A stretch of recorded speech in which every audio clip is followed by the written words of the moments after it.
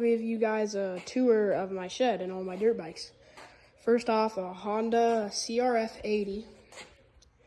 I don't really know what year, I'm pretty sure 2007. Very nice. Second up is a Honda 230. This one's mine, and I love riding it. It's really fast. Have a CRF 50 Honda. That one's not mine, that one's my uncle's.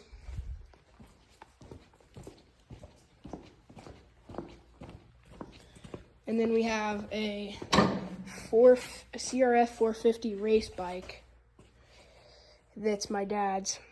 He rides it.